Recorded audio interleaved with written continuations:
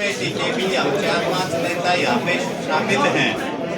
जो वर्तमान लोकसभा की चुनाव की परिस्थिति है उसमें देखते हुए सर्व कर्मचारी संघ के कार्यकर्ता क्या करें, इसको लेके ये कन्वेंशन हमने बुलाई है। इस कन्वेंशन में मुख्य तौर पे हम ये चाहते हैं कि पिछले 10 साल से हमारे काफी सारे ऐसे मुख्य मुद्दे हैं जिन पे कोई बात नहीं हुई है। हम ये चाहते हैं कि चुनाव के इस दौर में जब जनता के तमाम मुद्दों पे बात होनी चाहिए, कर्मचारियों के ये जो मुद्दे हैं इन पे जरूर बात होनी चाहिए, जिसमें मुख्य तौर पे रेगुलाइजेशन की पॉलिसी बनाने का सवाल है। पिछले 10 साल में हरियाणा में कोई रेगुलाइजेशन की पॉलिसी सरकार ने बनाई नहीं है। हम ये चाहते हैं कि लोकसभा में जो प्रत्याशी हैं पार्टियों के, वो अपनी स्थिति स्पष्ट करें कि उनका क्या विचार है इस बारे में। दूसरा जो महत्वपूर्ण इशू है वो नॉन रेगुलर कर्मचारियों के लिए है।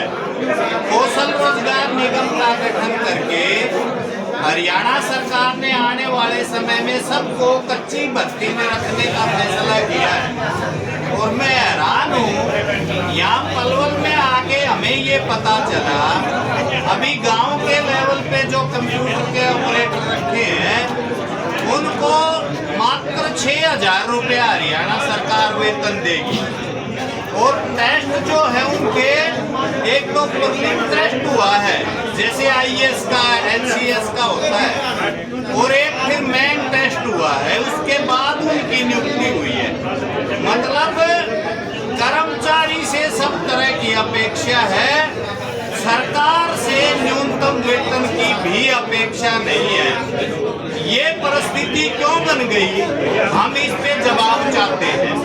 देश के श्रम क्षेत्र में बहुत बड़े पैमाने पे बेरोजगारी है और हरियाणा में ये इसकी स्थिति और भी सबसे खराब है। हम ये चाहते हैं कि इसको लेके बात होनी चाहिए। कौशल रोजगार निगम को भंग करके न्यूनतम वेतन पे रेगुलर भर्तियां जरूर होनी चाहिए, न्यूनतम वेतनमान पे। पेंशन का जो इशू है, पूरे देश में पेंशन नहीं है कहीं भी कर्मचारी के पास।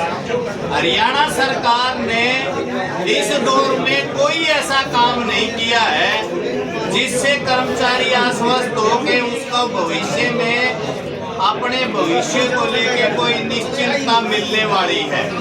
हम ये चाहते हैं कि इस इशू पे बात होनी चाहिए।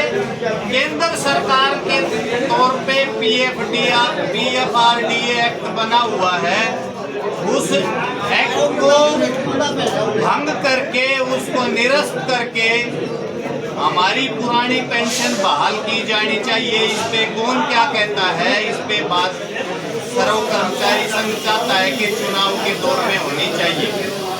8वें वेतन आयोग के गठन का सवाल है। कर्मचारियों की इतनी सारी कैटेगरी हैं जिन पे कोई किसी तरह का एक समान वेतनमान लागू नहीं है, वेतन लागू नहीं है। हम ये चाहते हैं कि ये बात उस पे करने